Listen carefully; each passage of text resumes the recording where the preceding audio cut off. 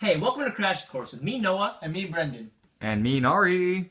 As we were all forced to read To Kill a Mockingbird in 9th grade English, we learned that it's extremely important to put yourself in others' perspectives, especially when your understanding of that perspective can help you skip an entire year of college history. So it turns out that it's pretty important in APUSH history as well. In an APUSH DBQ, you can get 1 out of the 7 points if you mention a point of view or purpose for 4 of the documents. That's 14.28754%. That's a lot of digits, but also a lot of points. So in case you paid no attention in 9th grade English while you're reading To Kill a Mockingbird, what's point of view? CrashCourse.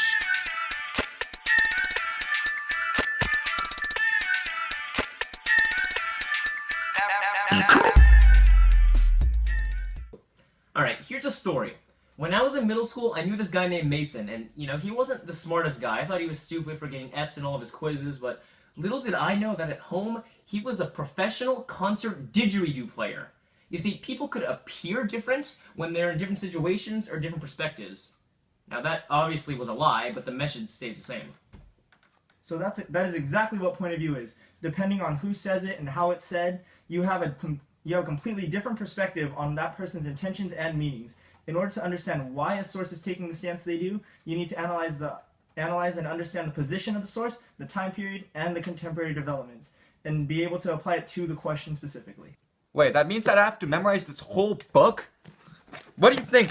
How am I supposed to memorize all this? Well, that's a good question, incoming APUSH student. Don't worry. Throughout the year, you'll learn a lot of information that you'll put to good use. And the AP exam will mostly test you and on your knowledge of the eras and the reasons why things happen, not on tiny, meticulous details. Just remember to read your textbooks every night. Trust me, do it. So for our crash course today, we're going to be using the 2004 AP US History DBQ.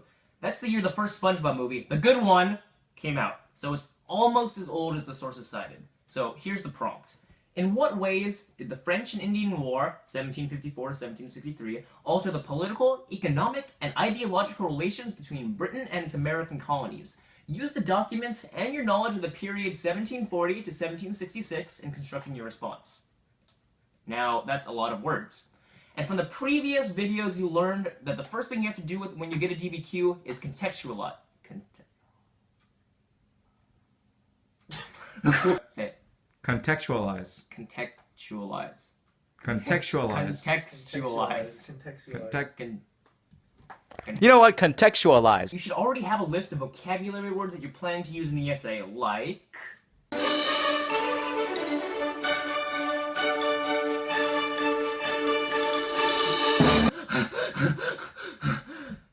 Now let's look at the documents. Okay, that was way too much. Let's take one document at a time.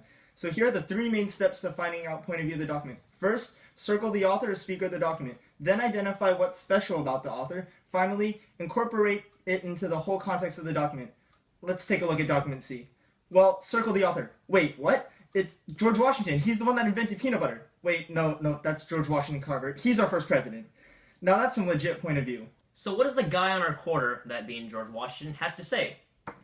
It is true, sir, that I have expressed an inclination to serve in the ensuing campaign as a volunteer. I must be ingenuous enough to confess that I am not but a little biased by selfish considerations. To be plain, sir, I wish to earnestly attain some knowledge of the military profession.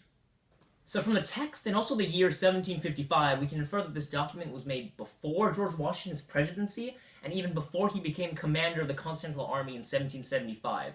In this document, 22-year-old George Washington wishes to join the British forces in the French and Indian War for one reason, to learn British military skills. But what's so special about that? Let's go to the thought bubble. George Washington's philosophy matches with a common belief during this era called Anglicization, where American colonists were interested in copying every aspect of British culture, its education, its furniture, its accents. George Washington's desire is only a reoccurring pattern seen with other colonists. At the same time, George Washington's desire to join the British military at such a young age is such an unusual thing as well. I mean, what will I be doing when I'm 22? Working in Big Lots? His experience in his younger times led him to being one of the most successful generals in the Continental Army 20 years later, and one of the founding fathers of our nation. So, bringing it back to the thesis. Yes, the French and Indian War altered the fate of George Washington, the strongest leader of the Revolution, but many things still remain the same, such as the colonists' reverence to the British British and the philosophy of Anglicization. Now, this may seem like a lot of background information that you need to know, and you're probably freaking out right now because you know nothing about Anglicization or the French and Indian War, but that's okay. We didn't either. Don't let this discourage you. You learn a lot of the material you need to know throughout the year, so in the end, you'll be able to answer these prompts. Thank God we knew who George Washington was. Now let's look at another document. Oh, it looks like this document's about Native Americans. And that reminds me, an open letter to Native Americans. Dear Native Americans, you are one of the most important people in U.S. history that have been long neglected from history textbooks. And now APUSH finally has a curriculum for Native culture and heritage. I mean, the first whole 20 pages or so about the book is only about you guys. You guys deserve it, just like African Americans, Asian Americans, non-Anglo Americans, and women. There's just one thing that troubles all APUSH students. How do I spell your name? Forgive me if I get this wrong, but Tenskawatawa, the prophet of Tippecanoe, and Sacagawea, the guide of Lewis and Clark, and excuse me if I get this one wrong, Niganweewei-Dun, the leader of the American Indian movement. Yeah, I can't use any of those names in my LEQ essay, but you guys are still awesome and the driving force of American history. Best wishes, Noah Wittman. So, in this document, it shows that in times of the French and Indian War, natives had a hostile attitude towards the Englishmen in terms of land. For Native Americans, the French and Indian War was a battle to protect their holy land and stop further western expansion of European civilizations. Anyway, Native Americans and other ethnic groups of color usually have a distinct point of view. Also, social class. The person rich or poor.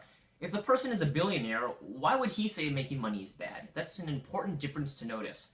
And gender also creates point of view, obviously. So if you find point of view, you don't need to specifically know who the person is, although it helps if you do. You just need to find a group, an association, or some kind of binding that the person belongs to.